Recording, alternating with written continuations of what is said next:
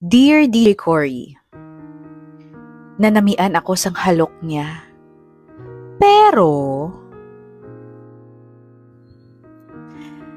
hi DJ Cory. Gusto ko lang i-share sa imo ang akon nga istorya. Balaan ko nga sa laini. Pero, hindi gid ako kabatas tungod sa pagnanasa ko sa iya. Itago lang ako sa ngalan nga Rina. First time ko gid ini nga i-share ang ako nga experience tungod hindi ko na matik ang ginabatsyag ko. Everyday gid ako nga nagasubaybay sa mga stories mo. Nahatagan na ako sang kusog finally nga i-share ang akon unforgettable yet embarrassing experience. League of Legends player ako kag since that time, lapit na lang mag-end ang season. Nairita ako kay hindi ako makalabot sa rank nga gold. Syempre, first game defeat. Ay nako, nagalaoy ang mga teammates ko sa akon. Tapos nag-second game ako. Jutayan lang ako nagdaog pero naperdi man gihapon ako. Kag nadulaan ako sang paglaom nga makuha ko ang goal ko nga rank. Ang ginimo ko, naghinibi na lang ako sa atubang sang computer.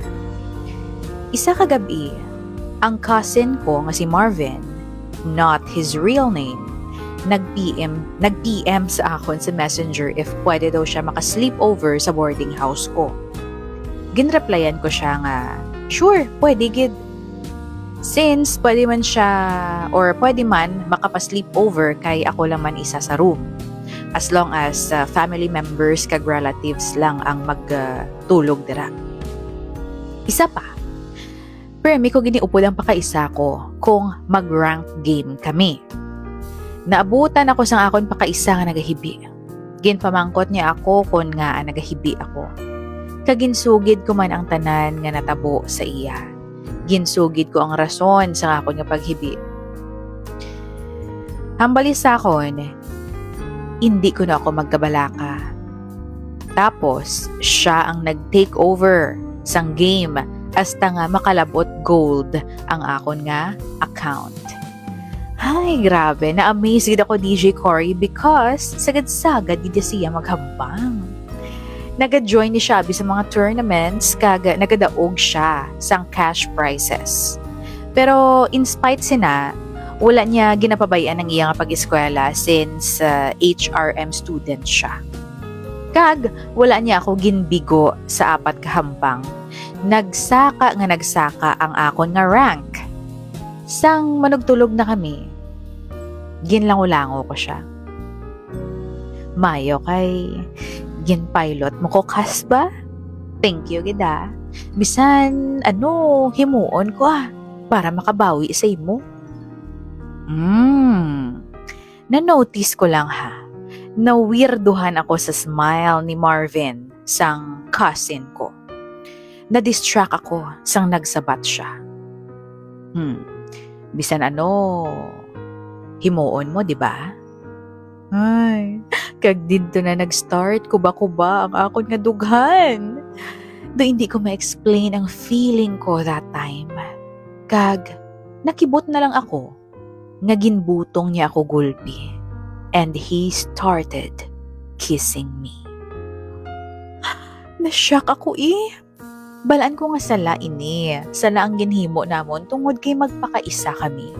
Pero hindi ako ka-resist kay nanamian ako sa ginhimo niya. Nakibot pa ako kay naghambal pa siya. Dugay ta na kagusto. Galing magpakaisa tabi mo. Ay nako, kagin pa ubaya ako naman ang kaugalingon ko sa matamis niya nga bibig. The next day, lutang na lutang ako sa kilid sa akong nga katre samtang si Marvin nagahampang gihapon sa akon nga account. Damo-damo ang nagasulod sa pinsar ko that time kag hindi ko kabalo kung anong himuon ko. Nakibot na lang ako nga nagpungko siya sa tubang ko and he told me na gold ng account ko.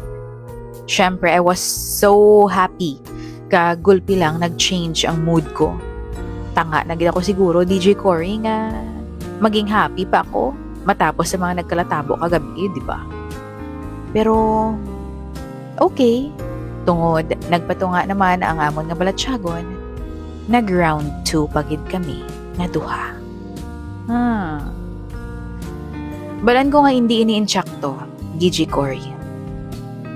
Pero nga aman, ginapangita ko pa siya gihapon. I go crazy every time I remember the pleasure he gave me. But I don't want to tell him. And I don't know how to tell our parents. I'm contemplating of killing myself. Pero I know I'll hurt my parents more if I will do that. So I won't. Maybe I'll just run away and come back after I have enough courage to tell my parents. Hindi madula sa pinsar ko ang sala ang ginhimo namon. Subong ginahinulsulan ko kung ano man ang mga nagkalatabo. Asa diri na lang ako, DJ Cory, tani mabasa mo gid ang akon nga sulat. I'm your fan, kag tani mamit ta ka in person. Love, Rina.